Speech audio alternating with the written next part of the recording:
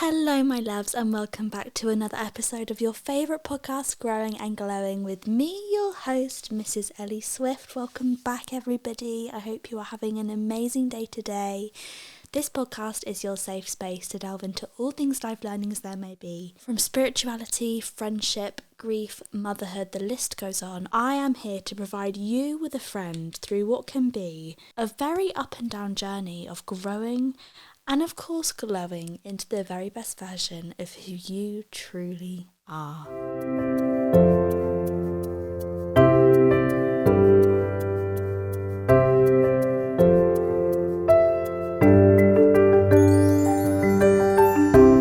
So today I am honoured to say we have a guest and her name is Caggie Dunlop. I literally had the biggest fangirl moment when this was put into the calendar. Some of you guys might recognise Caggie from back in the day being on Made in Chelsea, and if my fellow Made in Chelsea fangirls over here, literally series 1, Caggie was the it girl. I swear I used to have like posters and stuff of her up on my wall. Caggie was my idol, and like 16-year-old me would be freaking out right now if she knew that one day Caggie would come onto my podcast, and let alone 16-year-old me freaking out, like 27-year-old me is freaking out, because I have followed Caggie's journey of work and remained such a huge fan of hers as we've kind of got a little bit older and she has delved into a new world of astrology. In recent years, she's reached wonderful new heights with her brilliant podcast, Saturn Returns, and really built a community focusing around navigating through the tricky time of our Saturn return that happens in our late 20s, early 30s. And I, for one, am eternally grateful for her work as I approach my own Saturn return, which I'm due to start.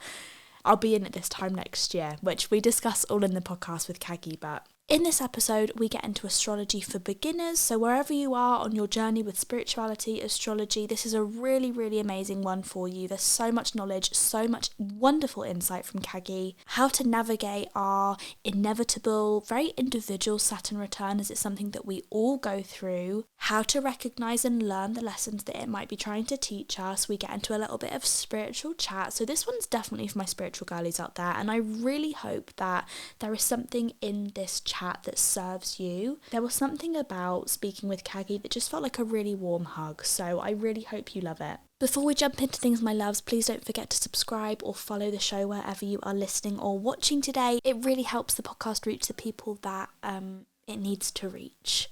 Have a wonderful rest of your day, and I think you're going to love it, so turn the volume up and let's get into it.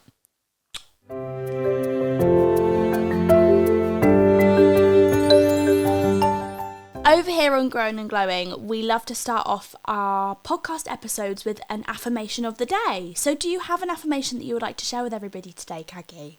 Yes, so I kind of give a little bit of a different version of this sometimes, but I believe it's Louise Hay, and it's all is well in my world, everything is working out for my highest good, and out of this situation only good will come.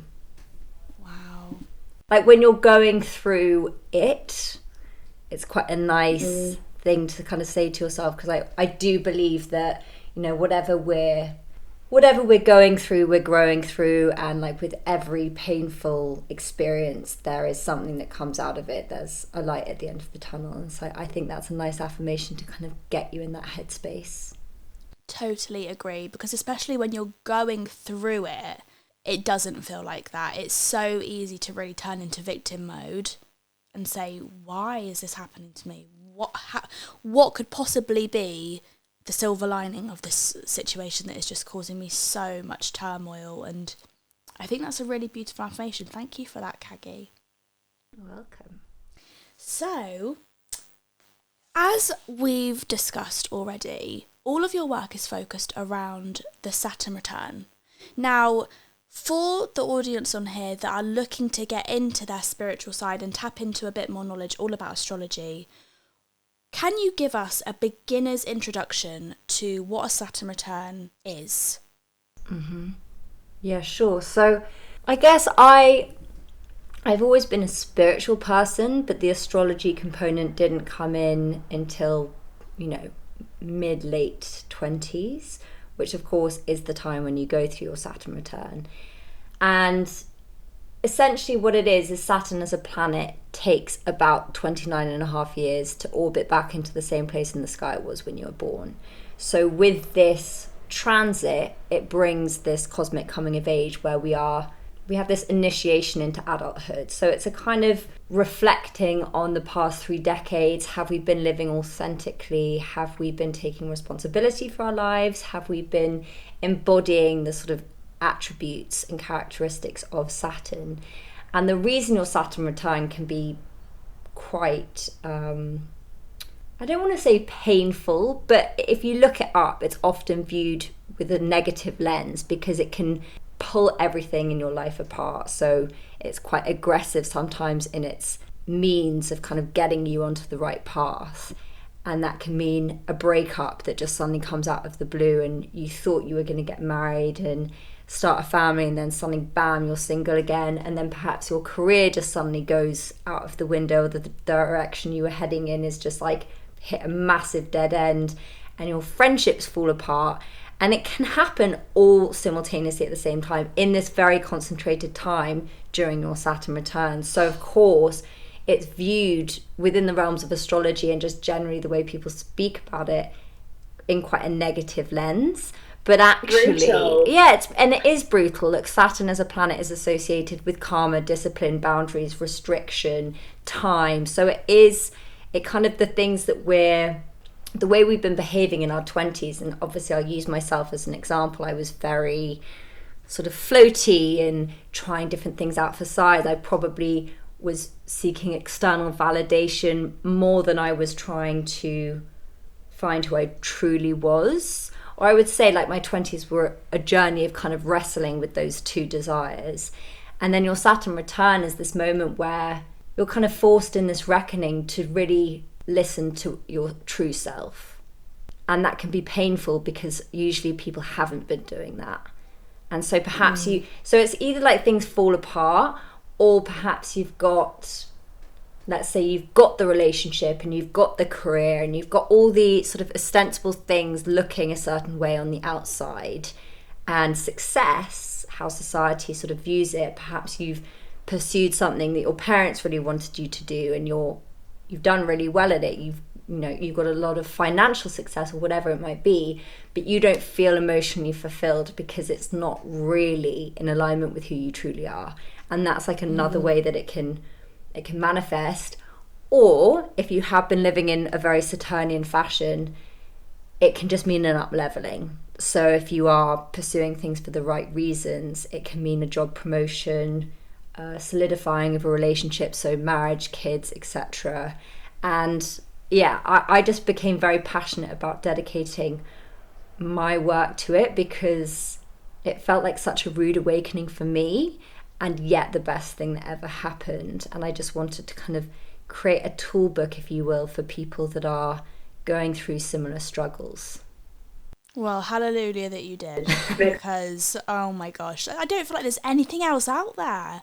Like, had it not been for you and your work, I would never have known about the enormous effect that it will have on everybody that has it, which is everybody, because everybody does have their Saturn return. It's not like you skip it or it comes early. It's an astrological moment in time for you. And I'm dreading mine now, because I'm not going to lie. Mine is due to start on May the 23rd next year. And I feel like I should set a timer down on my phone for it. Just, I'm going to need the day before. I'm going to need a nice bubble bath. And I'm going to say, kids, mum needs a day just to, soak it all up. My final pre-Saturn return day. Is it really that big, and is it really that scary?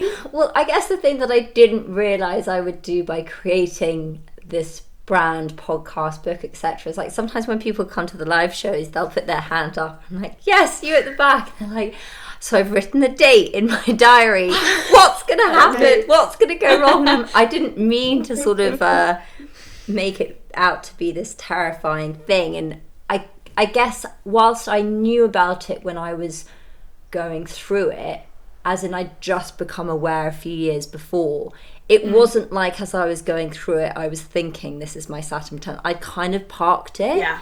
And then it was once I was through the other side. And obviously it's easy in retrospect to kind of go, to make sense of things, to kind of file it into some kind of meaning. But I wouldn't see it as like a doom and gloom, oh, things are going to fall apart, because whatever comes of it is for your highest good. And I truly believe that. And I hope that by what I've done, it's helped people make sense of those experiences rather than made them afraid of it. Yeah.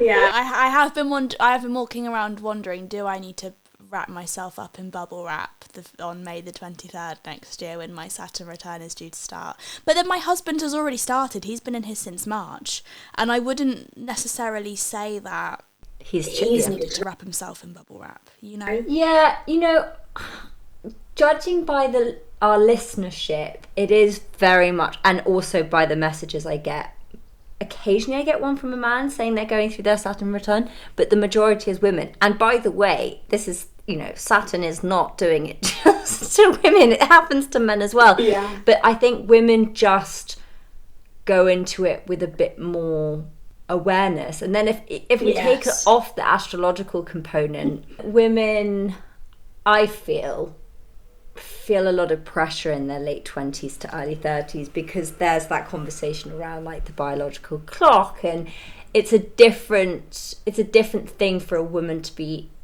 and I don't believe this, but this is what society tells us, for a woman to be sort of single in her early 30s versus a man. You know, the sort of terminology that gets thrown around is, well, for men it's like silver fox, eternal bachelor, and then for women it's like spinster. You know what I mean? It's awful. And I don't believe that it's true, and I don't think that it's fair. But I think in turn that creates more of a perhaps anxiety or a curiosity in women to kind of figure these things out, and a more alertness to these things and these pressures. So, you know, the lion's share of our audience is female, but like I said, it happens to both men and women. I believe men go through something a bit more at 33. That's a whole different can of worms that we won't open up today. But yeah, I wouldn't advise to kind of wrap yourself in cotton wool, because like you mentioned at the beginning, I always try and remind people that it's not, you still have free will, right? I think astrology can be used as a bit of a cop-out of, well, I'm powerless to what's going on in the stars, and therefore I can kind of place the blame on that. And I don't think that that's right. It's a dance between the two. Can you give us a snapshot idea of who you were through your 20s before your Saturn return had taken place? Oh, yeah. You know, what's funny about this, because I think about it a lot, and I've used it as motivation, but I sometimes think that as one does, our memories get skewed, so it's almost like a fantasy. It's not actually what I was like. And I think that I often refer to myself, and this is largely because I was on, you know, I did reality TV in my early 20s, which created a certain perception or idea of me. But I would always say that was fairly inaccurate to who I actually was. I was always kind of who I am now, but I just didn't showcase those sides of myself so freely, because, well, they didn't seem cool, or, you know, at the time, if I was going around talking about spirituality and astrology, people would have thought I was very strange. Fortunately, things have changed. But during my 20s were also quite reckless years, as many people's are. I found it hard to know how to balance things in most aspects of my life. I was quite an extremist by nature.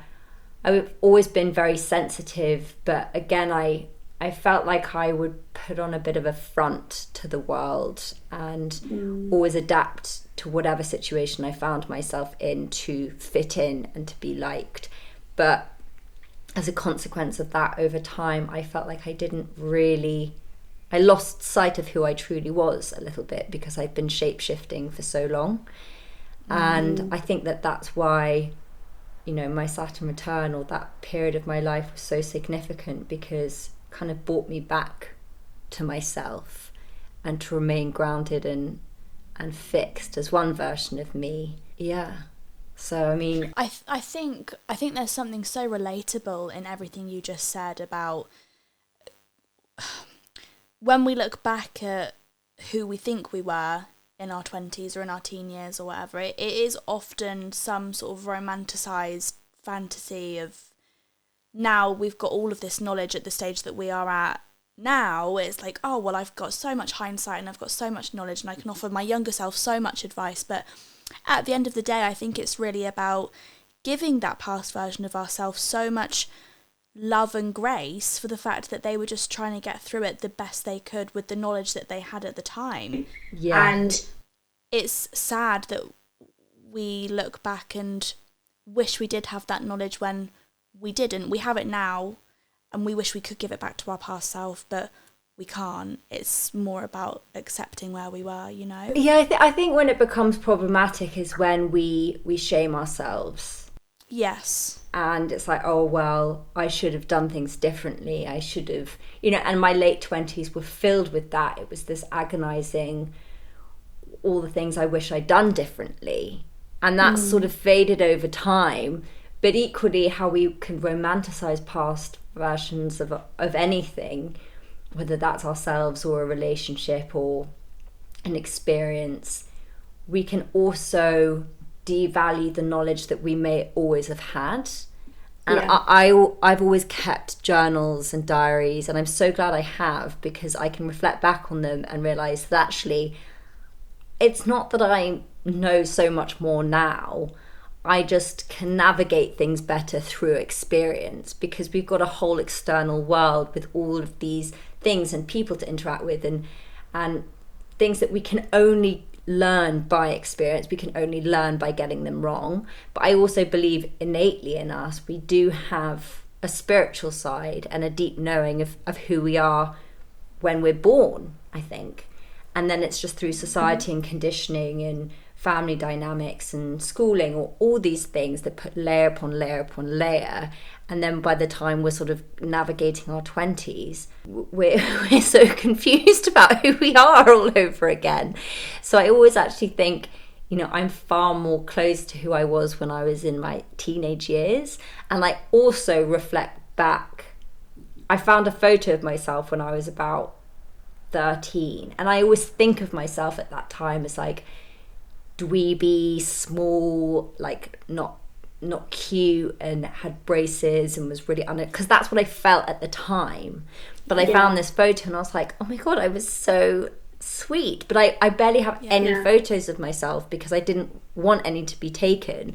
And that's an example of like, well, that's not an accurate memory. That's just a sort of shadow of an insecurity of a 13-year-old girl that I've carried with me throughout my life. And that can be quite a corrosive thing, because like I said, then you sort of hold this shame for past versions of you.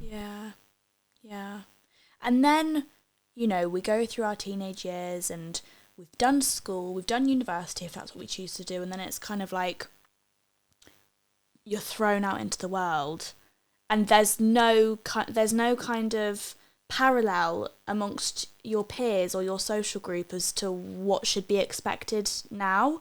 When you're going through school, it's like, we're all in year 7, then we're all in year 9, and we're all choosing our GCSEs, and then we do our GCSEs, and then we do our A-levels, and we're all okay, and we're all here.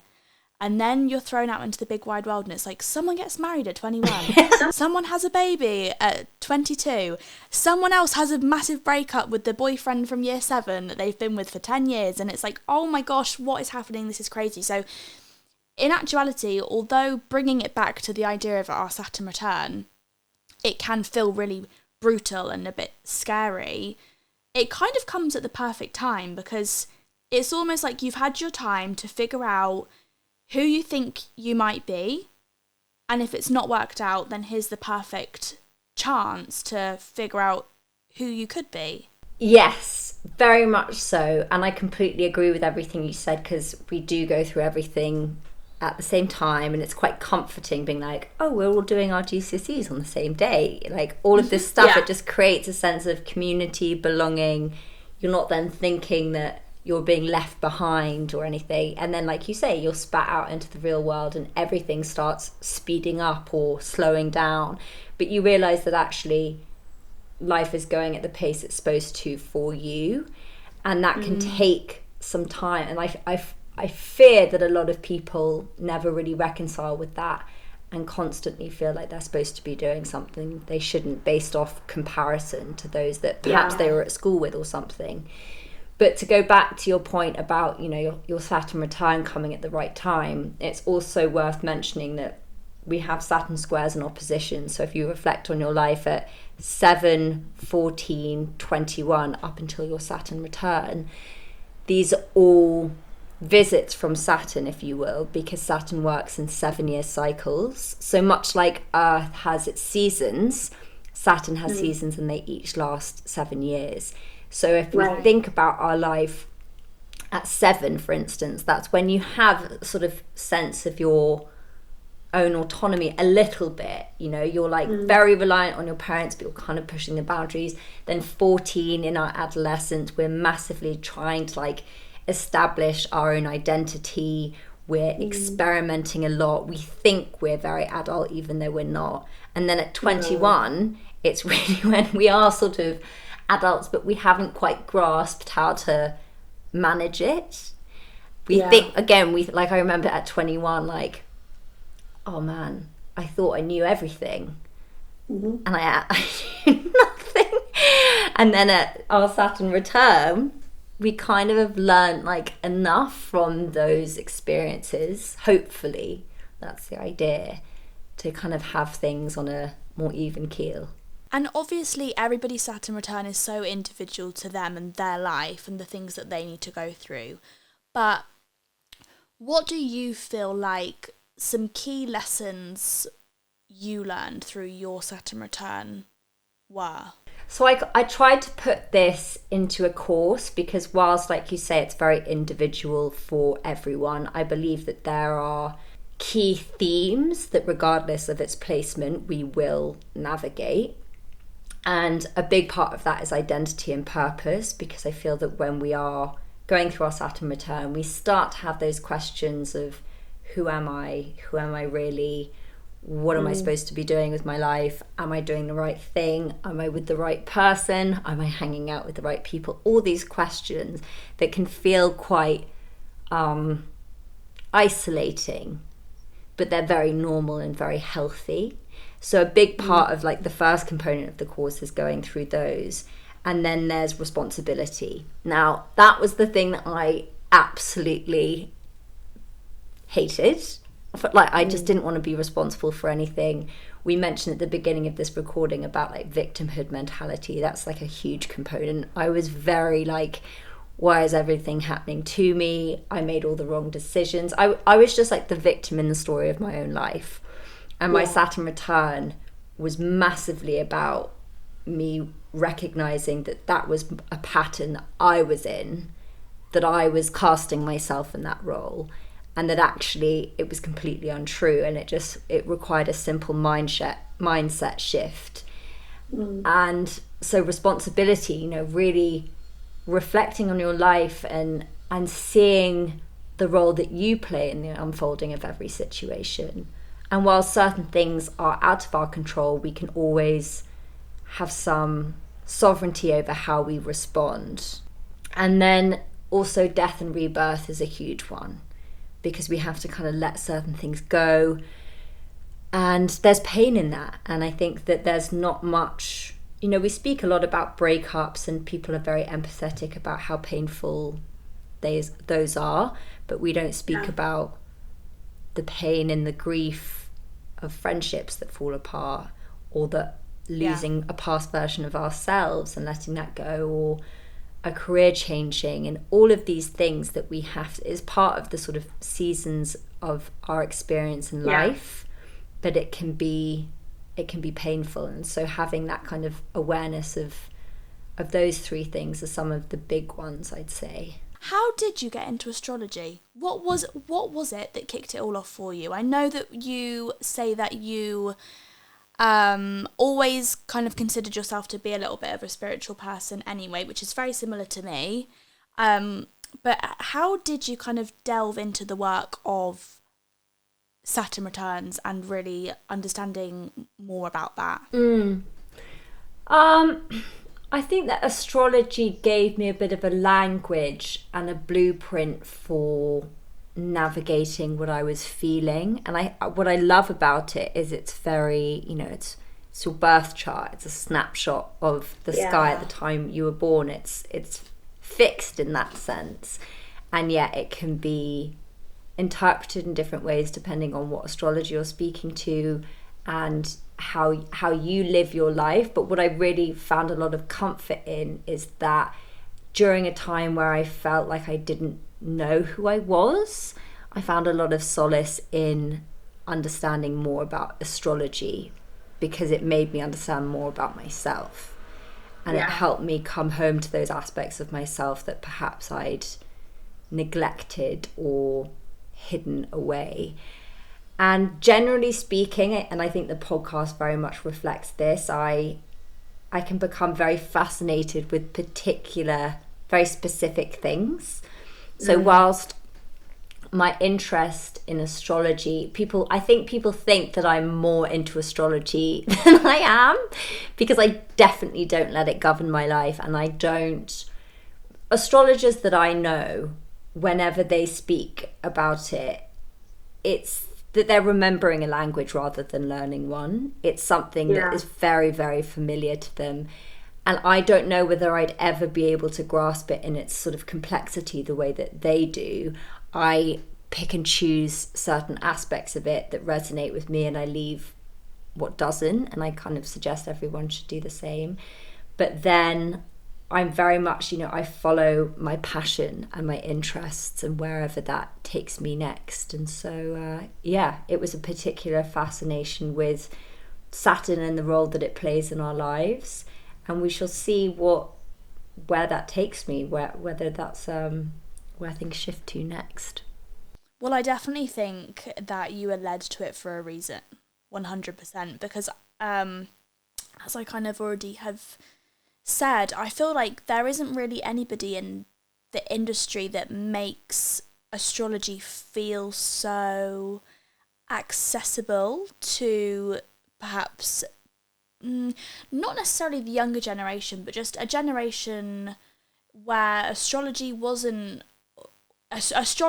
kind of just sometimes limited to like your horoscope in the Daily Mail, you know? And when you're somebody like you and I who do really have a particular interest in it and kind of, taking what serves, leaving what doesn't, I just think you've really done really well with it. I think you should be really proud with where you are and where you've got to with it, because I think what you do is really, really cool. And I know that I'm not the only person that feels like that. Obviously, you have a wonderful, wonderful community on the Saturn Returns podcast and everything like that. And I just want to say that I think you're doing really, really well. Thank you. That's very kind, because I'm sure you get this when you get stuck in your own sort of world and it's all relative, right? And you always think that you could be doing more and you forget how far you've come. So that's very kind. No, you are doing really, really well. I hope you know that. For the girls, though, who are listening to this podcast episode, they're so intrigued and they're so interested in everything we're talking about and everything that you're explaining, but they just don't have a clue where to start with a birth chart, astrology in general. This is the first time they're hearing about a Saturn return, but it really feels like, oh my goodness, they might be in the thick of theirs themselves by everything you're explaining. What advice would you give to the person who has a very, very baseline knowledge of what astrology is? And I mean, that's just like they maybe know their star sign, but they want to develop their knowledge in it. What advice would you give to that person? So my advice is to go to eat. I think Cafe Astrology is really good, and go online and put in your, hopefully, I feel like that generation do know their time of birth. It's like my parents' generation that don't. But you need your time of birth, the place where you were born, obviously your date of birth, and you just whack all of that in and it will generate your birth chart. And you don't need to know how to read that because it will kind of break it down for you. And the important things to note, let's say this person only knows their star sign.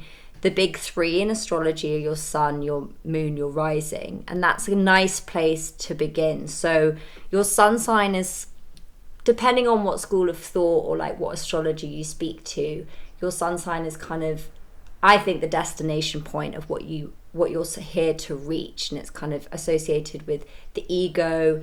The rising sign used to be the more focal point, and then it shifted to your sun sign. But the reason those other two are really important is because your rising sign is like how you navigate the world and also what people meet when they meet you.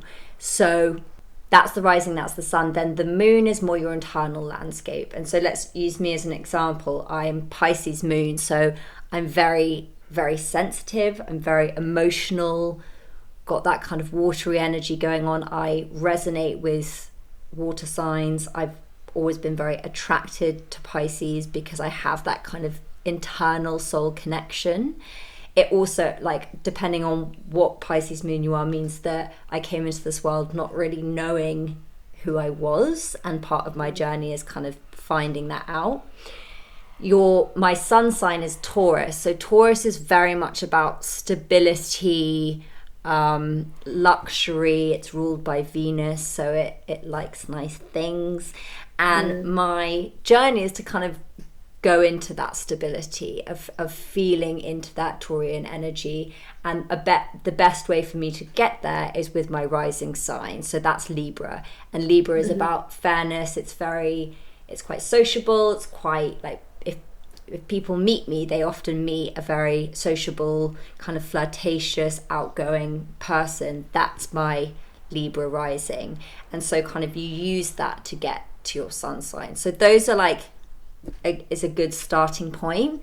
You could then start looking into your nodes, which is more to do with purpose, and that's your north and south node. But again, Cafe Astrology will break this down. Just start with those things, because I think if you go too far, it can get a bit overwhelming. And then when it comes to Saturn Return, you can go online and find a Saturn Returns calculator, and again do the same thing, and you'll be able to see whether your Saturn Return has happened, whether you're going through it, whether you're about to go through it. And that can be really helpful. And I know it has been for our audience in terms of making sense of, if this resonates with someone listening and they think, hang on, this sounds very familiar, or I've been going through these themes or struggling with these questions, and they go online and they see that they're, bang in the middle of their Saturn return, it can be quite comforting to make sense of what's going on. Yeah. This is something extremely off topic and not where I wanted to take the conversation at all today, but I really am wanting to ask you, as you were just explaining about your attraction to Pisces and that kind of soul energy there. What are your thoughts on past lives and things like that? Is that a route that you like to go down as well as astrology?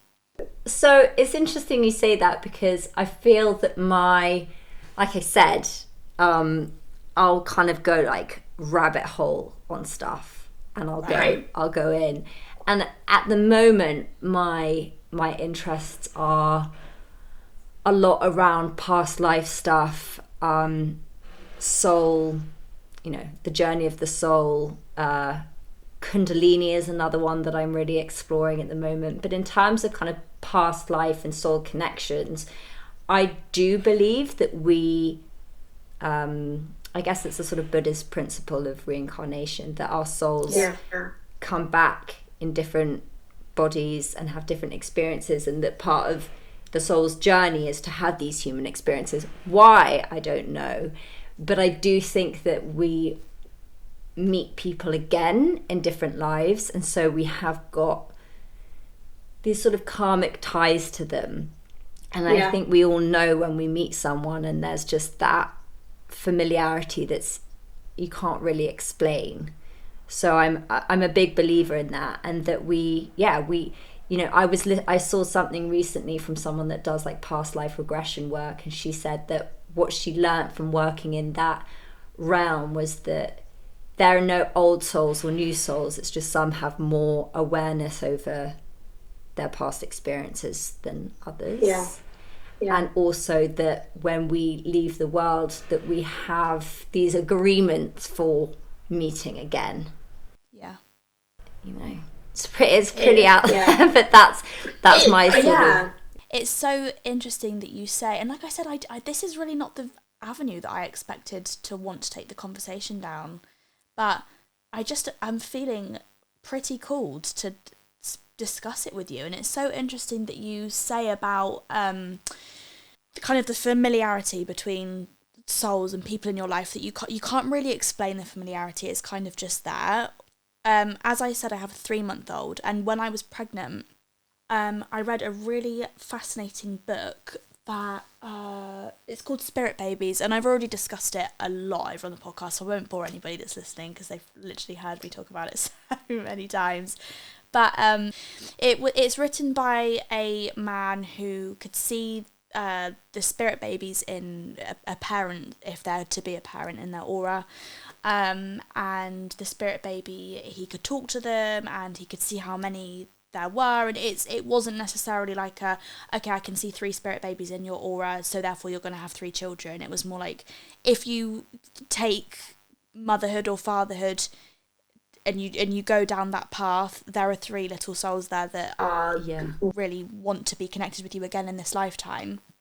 And I had a past life reading during my pregnancy with my second child, and the I don't know what to call her, the reader, the therapist, the healer, I guess, she was explaining to me how she was getting the message that my baby and I had been together in almost every lifetime, and she was explaining one of the lifetimes that I've had with him, and it was just a really lovely way to feel connected to him during my pregnancy.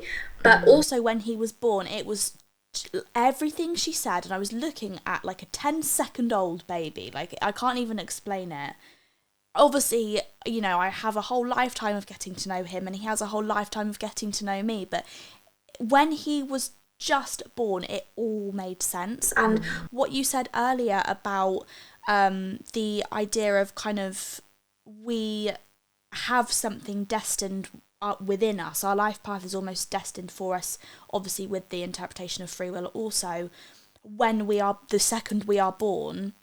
As a mother, having experienced giving birth and seeing somebody when they have just entered the world 2 times now, I can absolutely vouch for that I can feel in my bones as their mum, their vibration, their energy, even though they have just entered the world. It's like, I know you and I know what you're going to do, and I can feel where you're going to go.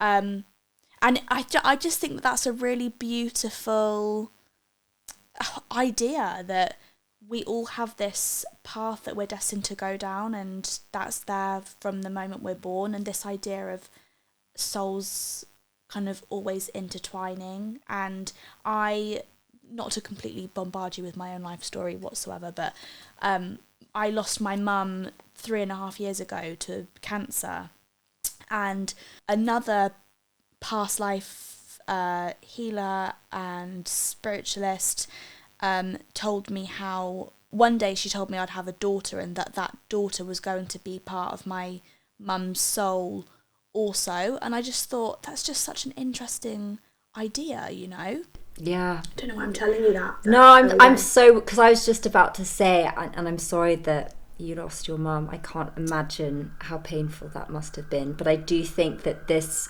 way of thinking is tremendously comforting when dealing with things like grief, because whilst they might not be in the physical realm anymore, sorry, a bit noisy. It's okay. Just knowing that their soul will come back, and that because I do believe that souls are eternal. So, and that's a hard thing to fathom, because our physical human experience is bound by time and the construct of reality that we exist in. So to kind of bend your mind around this idea that our souls and are forever. Yeah. And Yeah. but I do believe that, like there's no denying the pain of losing someone in this lifetime. But I think that there's comfort in knowing that you'll meet them again. Yeah. And like you said, whether that's I 100% believe, and again, it sounds a strange thing to wrap your head around, that your mother could come back as your child. The child, yeah. Or your child could come back as your like it's so Yeah. and that sounds very bizarre, but I do think we just know that there's that like soul connection. Contract, But equally with contracts, we mustn't get too attached to what the agreement is in this lifetime. And I think that that's where it can go. It can be used in the wrong way, that people are like, oh, well, I have a soul connection with this person, so I'm meant to be with them. No, that's not true. You don't know what that contract is about, what the agreement is for this lifetime. So whilst you might feel it, like a lot of karmic connections and ties are to just bring about healing, and that can be a really painful experience that we have to go through, that's necessary as part of our soul's evolution and journey. So it's important to not get too attached to who they're going to be. Yeah. Wow, yeah, no, that was just beautiful. Thank you. I really was not expecting to take the conversation there today, but I really appreciate your insight in that. And it's nice to talk to somebody who is on the same wavelength with it, I suppose, because unless you are kind of in a safe space, whether it's a podcast or a healing session or things like that, things like souls and eternity and soul contracts and things like that can all feel quite out there to discuss. But it is nice when you talk to someone about it who feels the same as you. Look, my boyfriend this weekend actually was like, I was talking to him about stuff, and he thinks he's very open, but he's got some friends that probably think I'm completely mad. But he was like, do you think we have a soul contract? I'm like, yeah, 100%. 100%. He's like, duh, of course. Okay, well, let's take it down a notch then, because that all got quite deep. Taking it back to the person who doesn't really understand much about it but really wants to get into it, can you explain your non-negotiables when it comes to your spiritual hygiene and the aspects of your day that bring you back to your best self when you are needing a little bit of TLC? What do you do to bring you back to yourself? I think a really crucial thing, and it's that all these things might sound quite basic, but getting out in nature, when we, living in a city like London, you don't realise how intense it is. Just simply the energy vibrationally, like waking up, you can kind of feel the anxiety because it's all around you. So time in nature, ideally for me, like being by the sea, that must be my Pisces moon. It just makes me feel so grounded and calm. Reading, eating really nourishing foods, yoga. My inner compass cards are like my favorite thing for when, if I'm feeling a little bit like, okay, I need some guidance, they're what I kind of check in with. And then creating a really sacred space, so having candles everywhere, incense, nice sort of healing music. Those are the things that are my kind of go-tos. Yeah, totally agree. They're quite simple, but they work for me. And I think people feel that spiritual practices need to be sort of these abstract, strange, like alternative things, but sometimes they're just quite basic. Yeah, I think a huge part of it is just really about grounding yourself and resetting the nervous system, honestly, which is why I think time in nature and, like you said, a really sacred room with maybe dim lights, some calm, gentle music playing. I feel like I keep bringing it back to my children, but it's just like such an awakening when you go through the process of giving birth. I've just never experienced anything like it. I gave birth to my second son to healing frequencies, and the difference in the birth compared to my firstborn, who I don't think I had any music playing, or if I did, it was like not healing frequencies because I was not at that Where stage. were you? Were you in hospital? Yes, I was in hospital, in a hospital room. Yeah, so it wasn't like I was, having a water bath at home or anything like that. But I asked the midwives to dim the lights, and I had my healing frequencies playing, even just from my phone. It wasn't on a speaker, and it was like, it was just, for a moment that a lot of women find so incredibly traumatic, and I did the first time round, it was just beautiful.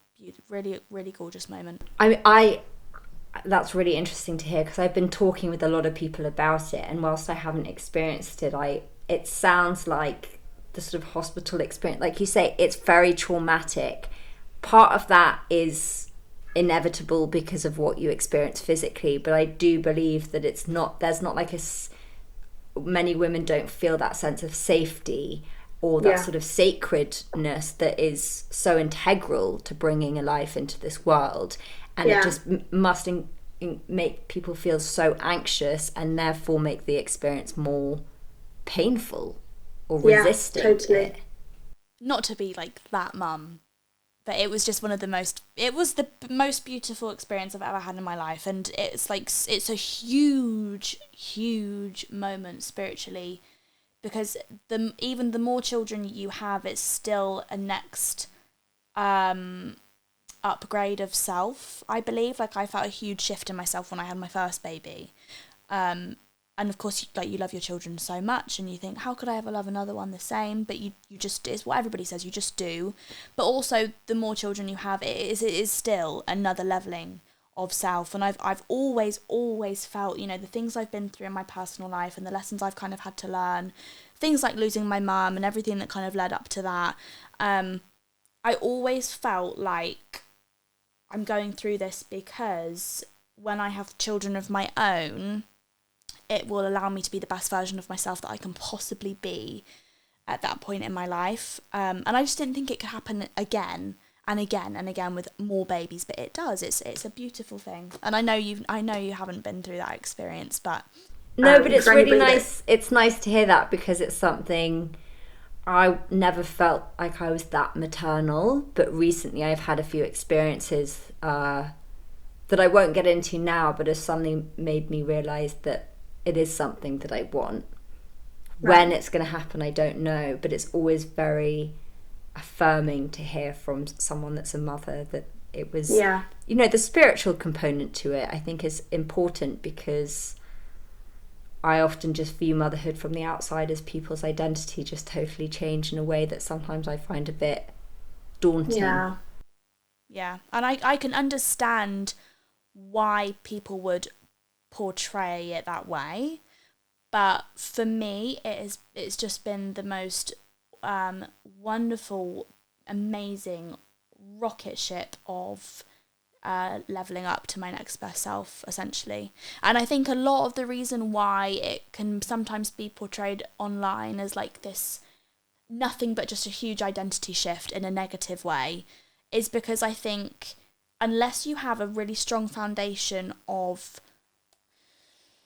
self and awareness, it's like constant triggers from very little people who totally rely on you, of sometimes your biggest insecurities or feeling extremely overstimulated. But I think if you have the awareness and the ability to really tap into yourself, it is just the most beautiful spiritual experience.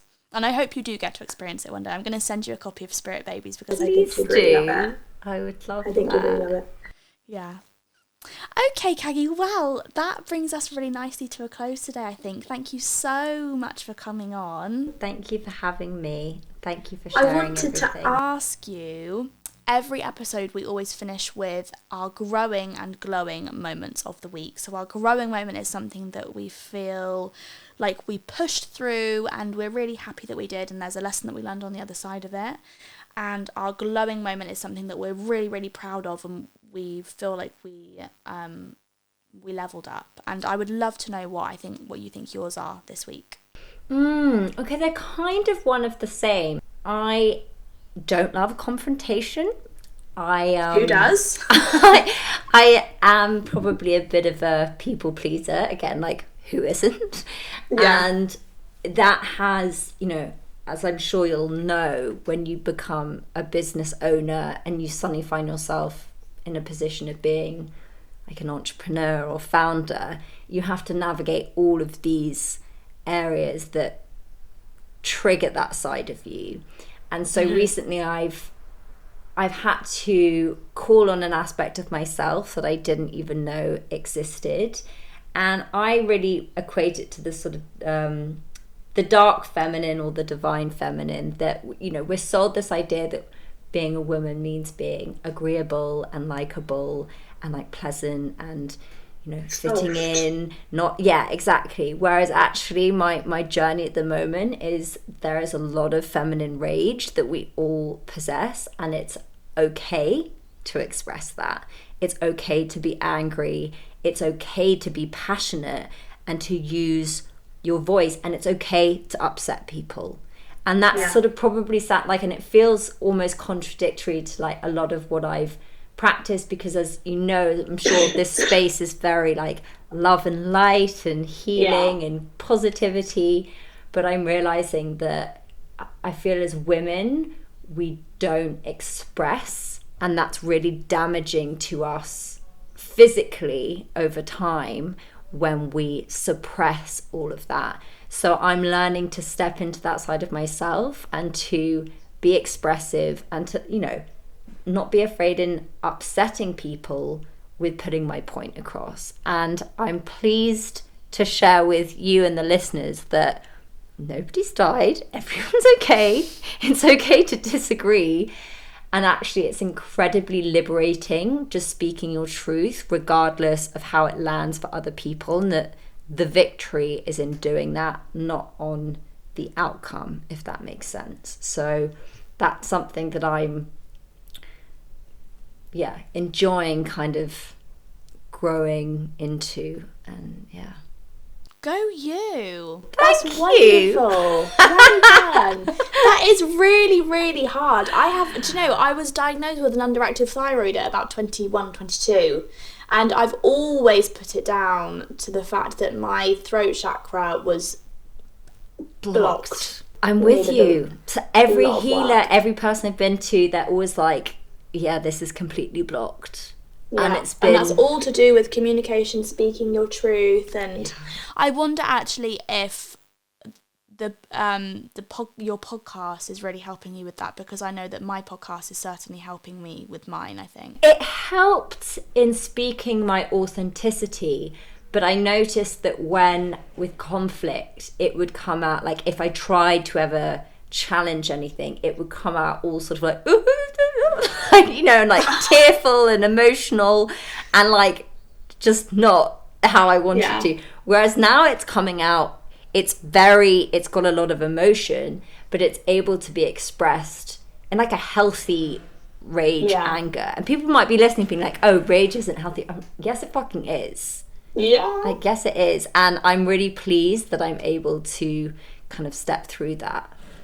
Yeah. Well, just remember as you go through this journey of developing your confidence with confrontation, something I try to live by is something that I read in the 4 Agreements, and that is just anybody's response to you or something you have to say or something you feel is just a reflection of them, not of you. So perhaps with your strength, you are confronting something that they need to be aware of in their self. But when I say like this has come at me from every angle, it's not just one, but I'm like, okay, this is now the time to learn this lesson. And I do believe that that's how things work, you know. It's like until we fully heal it, it's going to keep coming back until you learn it.